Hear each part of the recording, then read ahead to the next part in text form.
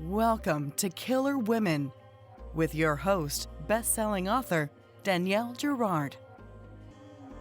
And now, Danielle's next killer woman.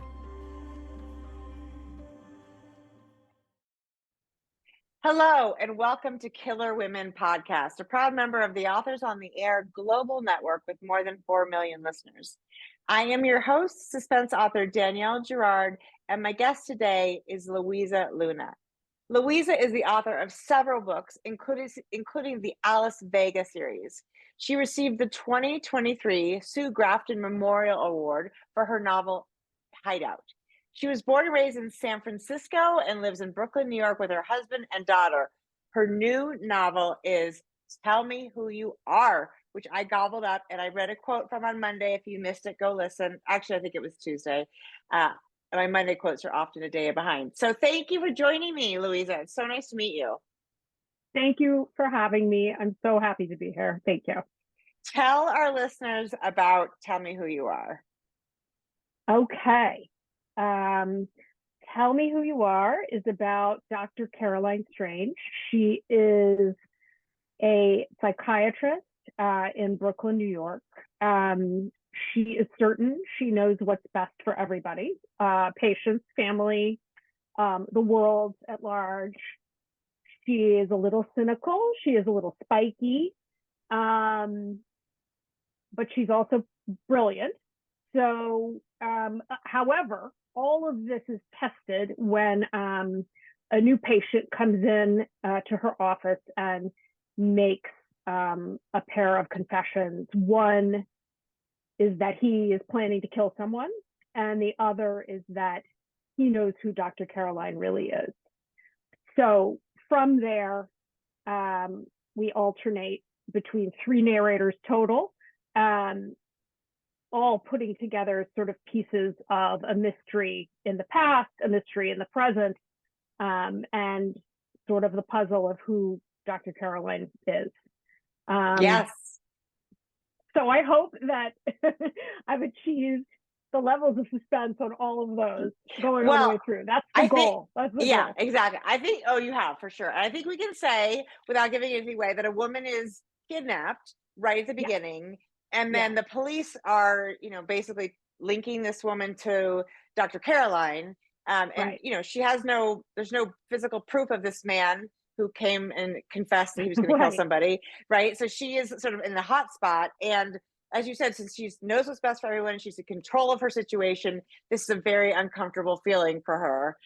Yes. and she gets, frustrated, which makes sense, of course, if you're wrongly accused. But also, the way she deals with her frustration is can make her look a little bit more guilty, which is, super fun. And her dynamic with her husband and her other patients, she has nicknames for all of her patients, like which I thought was so funny. So it's sort of, the book is based on a disorder, and I wondered, you want to talk about it a little bit and sort of how you did your research. It sounds like that was the inspiration for the story.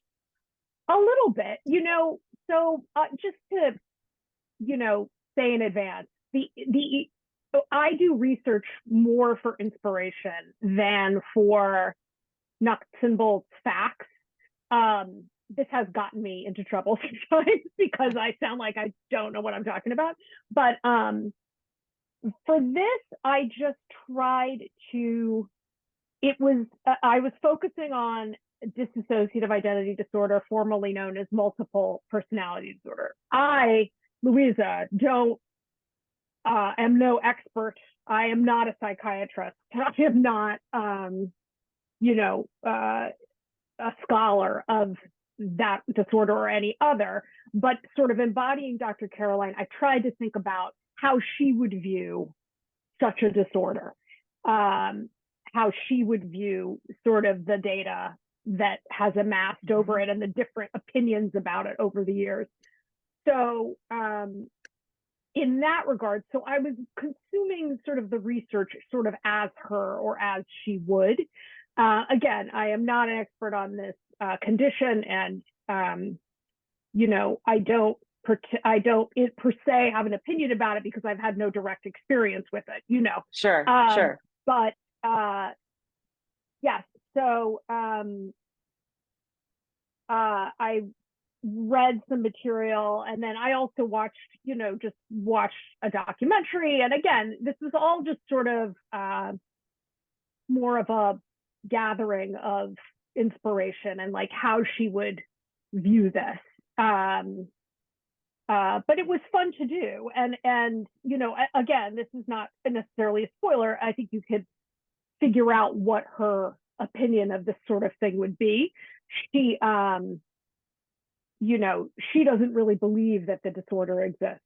So that certainly takes a few plot turns. That certainly, makes the plot steer in certain directions. Yeah.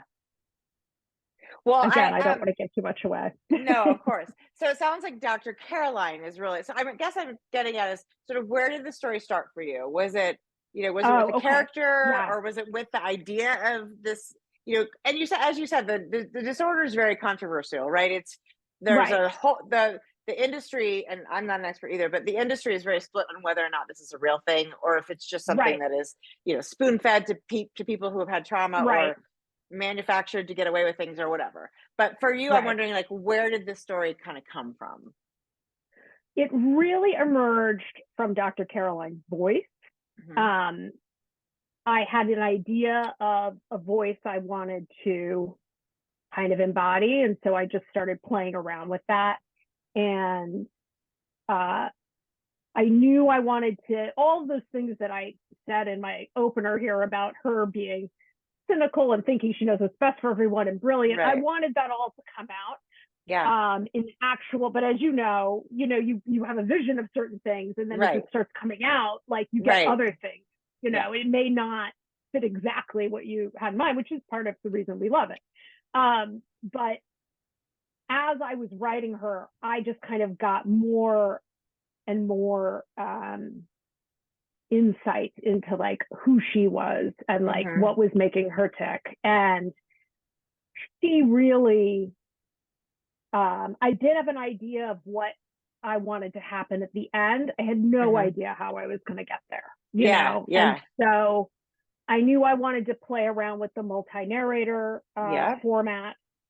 But she, I think, is the driving force out of the three narrators that I have. But I feel like she really sets the tone for the whole story and the whole trajectory of the story. I hope that answers that. I don't know if it does. No, it totally does. And I think, so the half of the book is set in the past of something that happened to Dr. Caroline when she was young.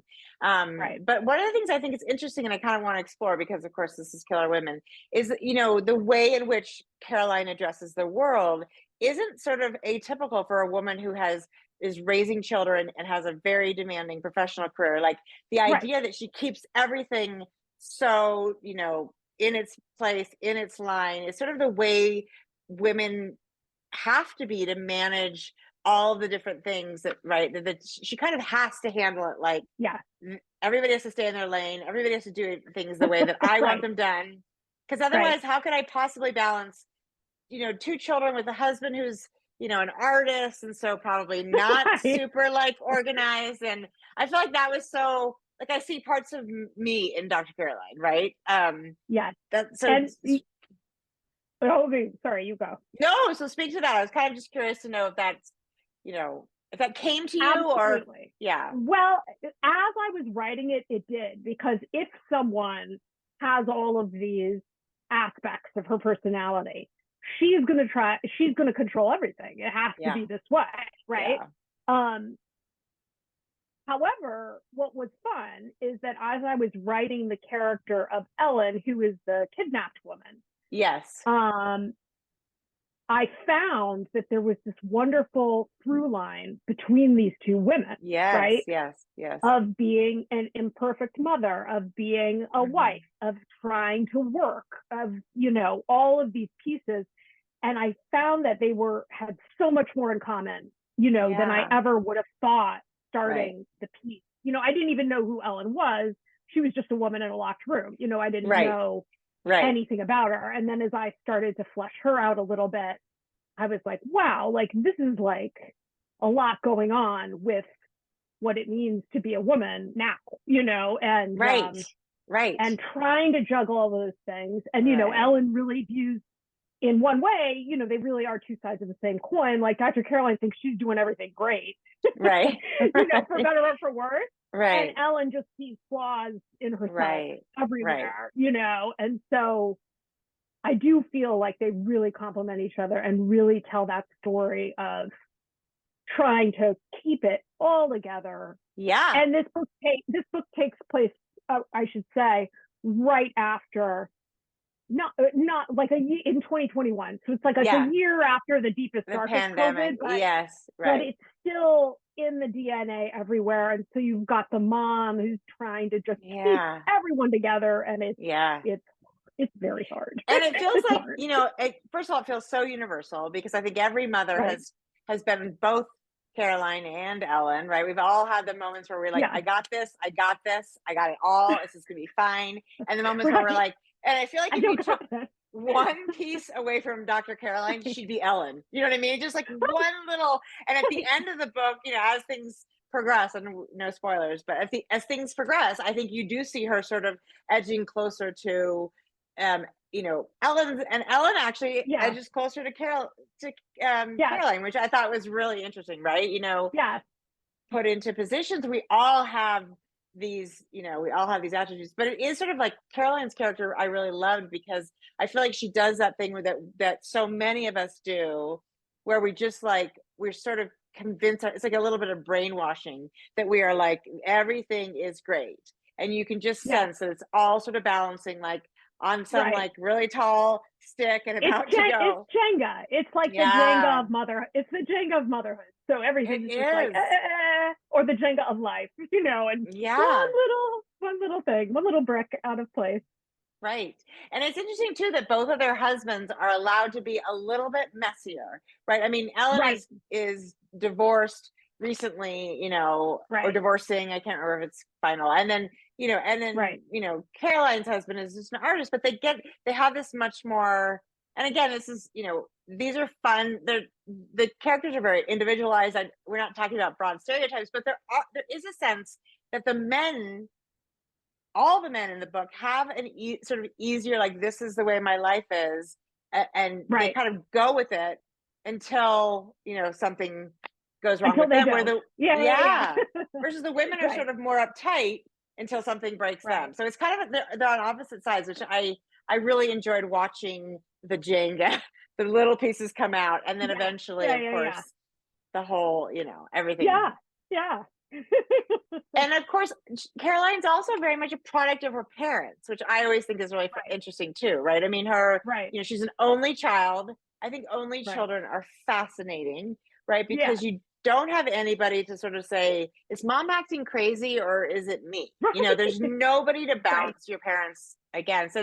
And she's quite a clever, young girl. And, her parents are, doing the best they can, I'm sure. But, as all parents do, they're missing some. Not without their flaws. We can say that diplomatically. Not without their flaws. Yes. And to edge away, I'm going to speak precisely to edge away from spoilers, but you do get to see a younger version of Caroline in the book. And I also loved doing that because when I'm reading, I love seeing like the narrator or the main character from someone else's point of view, because you feel like you have this totally separate, third party view. Right. And I love that.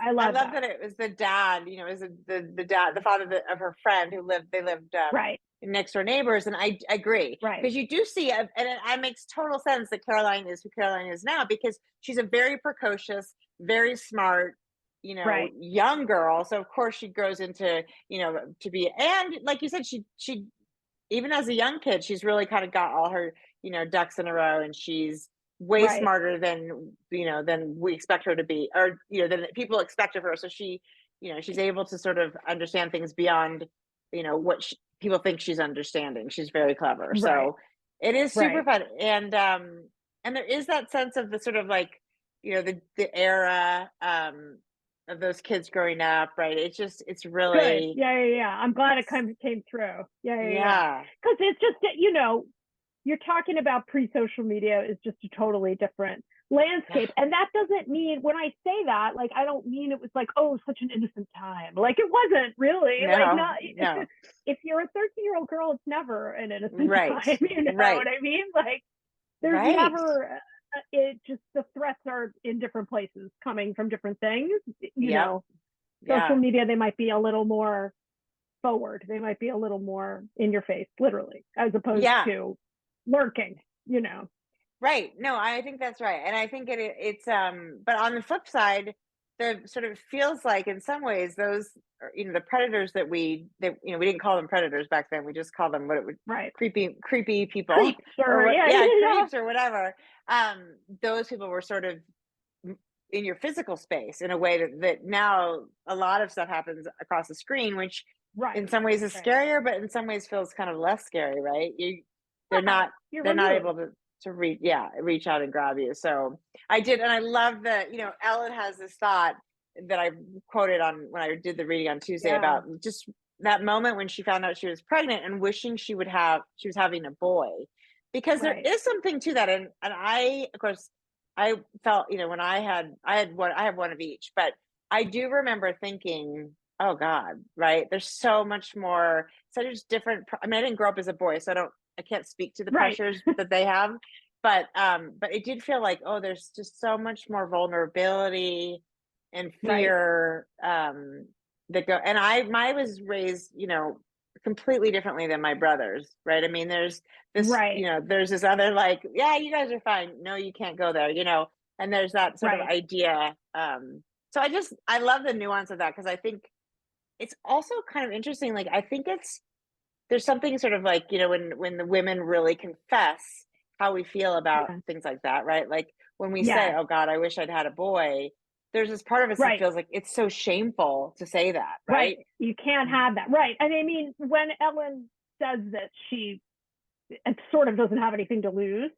Right. So she's sort of She's at the point kidnapped, where and yeah, she may not have even aired that truth to herself, right, but at that right, point in her life. And well, right. And it all falls under does this make me a bad mother? Like, am I a bad right, mother? And right, all of that. Can I right, even question these things or to air these things or talk about these right. things? And if I were her therapist, I would be like, just not to your kid. But other than that, you're Yeah, you're allowed doing to have thoughts and feelings, right. And she has the same, which we all have, the moments when you just like, why does my child never stop talking? Can I Right. Like, lock myself in the bathroom for 20 minutes and just have, 20 yeah. minutes of peace? And she's very Yeah. human, and it Right. makes her really, I mean, it makes us love her, and not to mention the position she's in. Good. So that is so fun. So it doesn't Good. sound like you're an outliner. You are not like, oh, this happens and this No. happens. No, me neither. No. I And mean, I recently listened to your podcast with B.A. Paris, and she yeah, was saying similarly, at some points it would be great to be an outliner, I know. I because you get know. yourself tied up into all kinds of knots. I mean, this is just the only way I can do it. That said, it's sort of I think it was E.L. Doctor who originally said it about writing a novel like driving with headlights in the fog. Like, Yes. you can see a little bit ahead. Right. I do that. Yeah. Just make it to the next scene.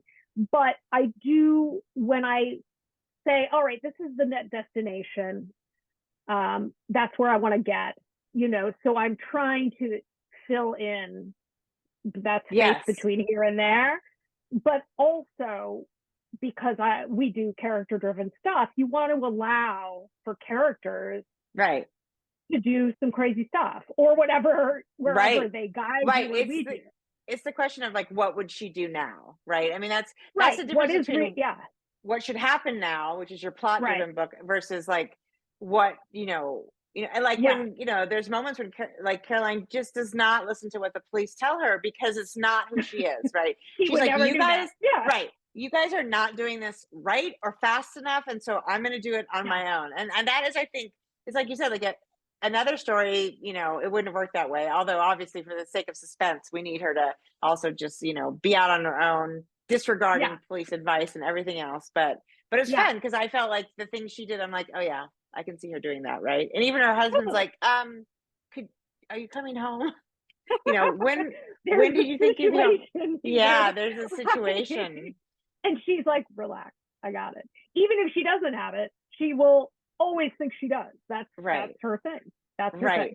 And I love that he calls her doctor. He calls his wife doctor. Yep. And except the for whole family calls her doctor. One point he uses her name, and then she sort of knows he's really freaking out. Which I thought was so on the nose. All those little, I think sometimes it's the little details of things that really just, to me, add up to such a full painting of something. And so you do a beautiful job of that. So thank you so much. I'm so glad it came across that way. And something should be said for poor Gordon, the third narrator. Yeah. But again, we in order to avoid spoilers, he was the only one I've kind of ever written that I had to keep him kind of on a tight leash in terms of plot. He served other plot points. Yeah. But that said, I tried to have some fun doing that. And when I say fun, I mean as much fun as you can have writing about someone who may be mentally unstable a little bit. Yeah, I mean, but actually, again, we're talking about that generation of men, right? So this is, whatever it is, 30 years ago, or 25 years ago. Yeah. And she, and he has just been laid off, right? He works at a brewery, makes, right? And, and he's just been laid off, and you can imagine, and then he gets on the phone with his dad, who is such a total jerk to him, right? And there's all this like, oh, you are, you're never going to amount to something. There's all those voices that he gets and makes the situation worse. So, and again, I think it's a very typical, a lot of relationships between men are still like that, right? It's still, there's no nuance about, well, that must be tough for you, or how do you feel about it? It's just, so I actually thought Gordon was, I mean, he was also endearing in a way that, I mean, I'm glad I don't live with him, but, you do feel for him. Yeah. Of course.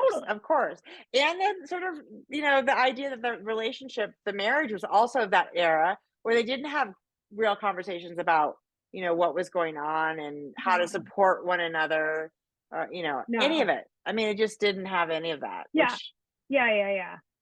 It didn't happen. Interesting. Yeah. No. Well, it did, but in this setting with these characters, there was not a lot of communication about emotions or feeling, less than or anything like that, Right. And I think that was, I think it fits with the era that we're, and probably still fits, but I think it for sure fit with that era and that family. And no, I appreciate Gordon, and I think he also, the three characters are it's fun to read a book where the three characters feel really different. You know what I mean? You definitely know when you're in each point of view, and and where you are. And anyway, it was, I thought, very well done. And it's nice to have a male character, right? I mean, it's nice to have that perspective. Yes. And yes, and as doing the from the other side of the laptop, it's a lot of fun to sit down one day and write one voice, and then sit down another and write another voice. And that feels like, okay, if one is feeling a little tortured, or a little like, I can't get anywhere right now, I'm going to switch to the other one. And that's really helpful. That was really, and I'd never done that before. So it was really. Oh, really? This is new for you. This is, the Alice Vega books are, I'm going to say, like, close third person. And so I go between Vega and Cap, but it's, in terms of the diction and like the structure of the prose, it's all pretty much the same. Got it. So even though you're seeing certain things from each of their points of view, it's still not first person. Yeah. So to have the three narrators first person on each, right, is really, really a lot of fun. Whole lot of fun. It's different. So how about the you and your other book? There's another I'm gonna be the one that you won. Oh, Hideout. Is that a Vega Yeah. book? Okay. That's the third. Yes, that's the third and most recent Vega book. So yeah, that was a hard one to do just because it was sort of during COVID. Yeah. And it was just, I have a friend who's a friend who's a writer who said, like, the only people I know, who are writing, who are getting writing done were people on contract. That might be true.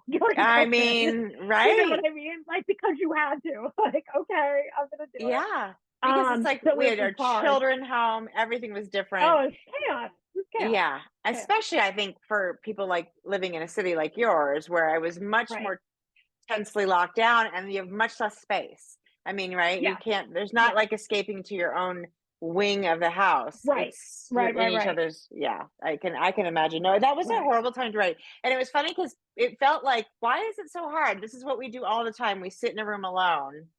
Right. And we just, but it was different. It's just, it was different. Yeah, the mental and again, toll. I certainly am on the lucky side of this equation. Of course. We were safe. We were, all of our family was safe. We were all right here. I didn't lose my day job. I was able to do it remotely. Right. So, right. But that said, a challenging time to create and like feel creative. That's like the last thing you wanted to do at 11 o'clock at night, after everything. Right. It's true. I think and I think you, like you said, I think that has been what I've heard from people too. Sort of universally, writers felt, uncreative. Probably the world felt uncreative. Now tell me this. So is this then, is this your first standalone then? I wrote 3 standalones in my 20s. Oh, okay. It was under my name, but a different publisher.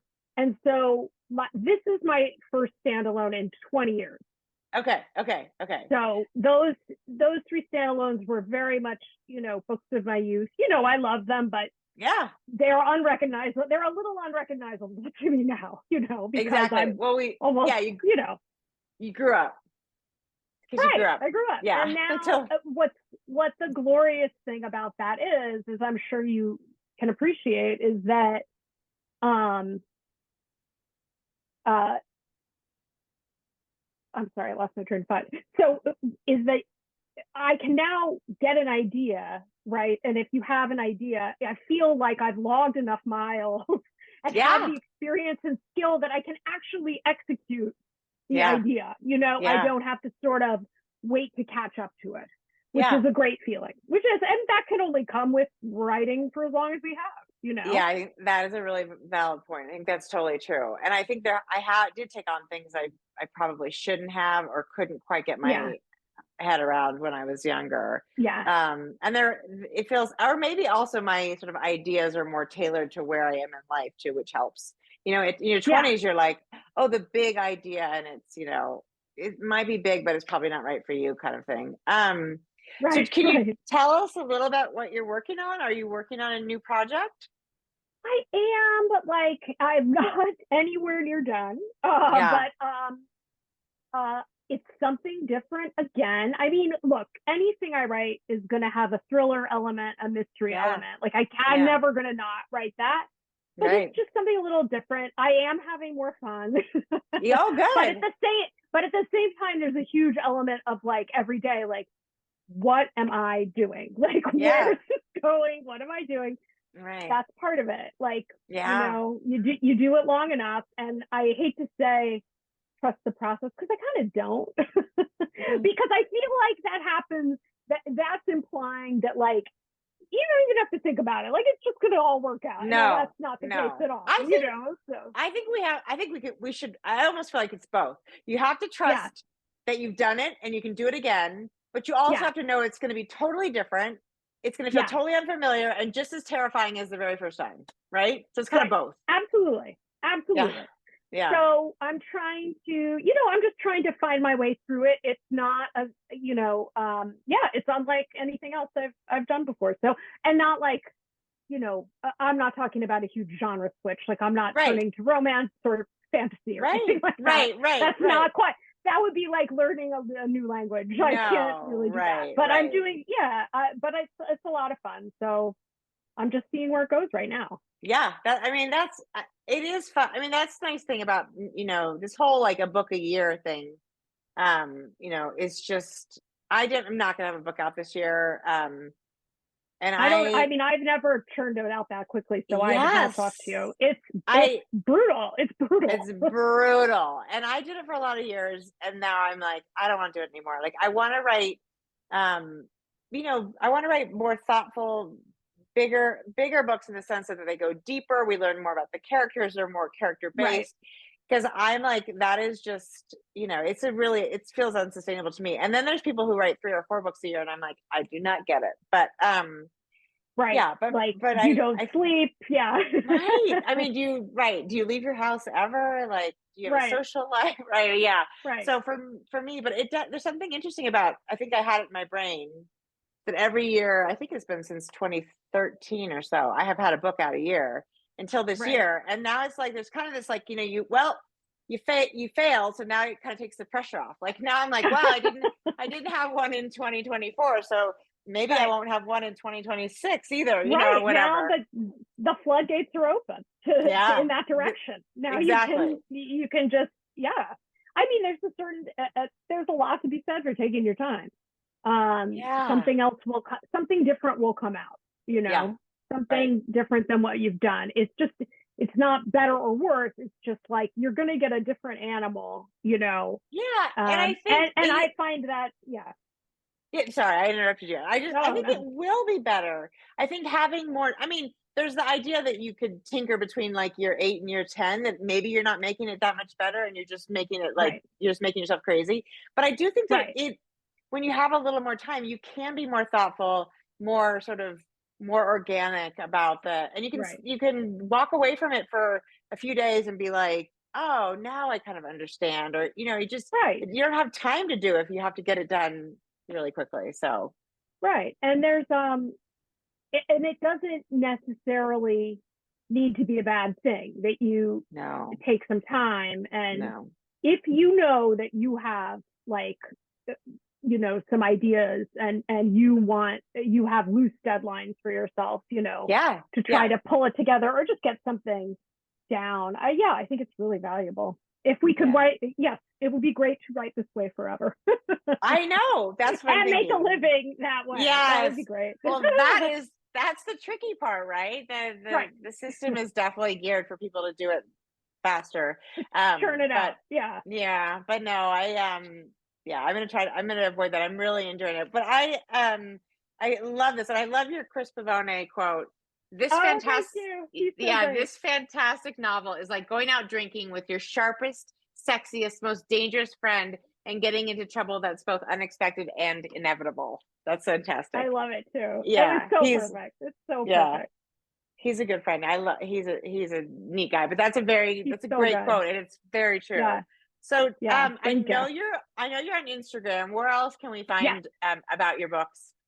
That is Instagram is where I'm the most active. I have an ancient Facebook account that shall not be engaged with unless you want to see, I don't know, a Gen Xer like try to navigate. Yeah. Understood. I do have a website, louisaluna.com, but the most current information is on Instagram at Louisa Luna Writer.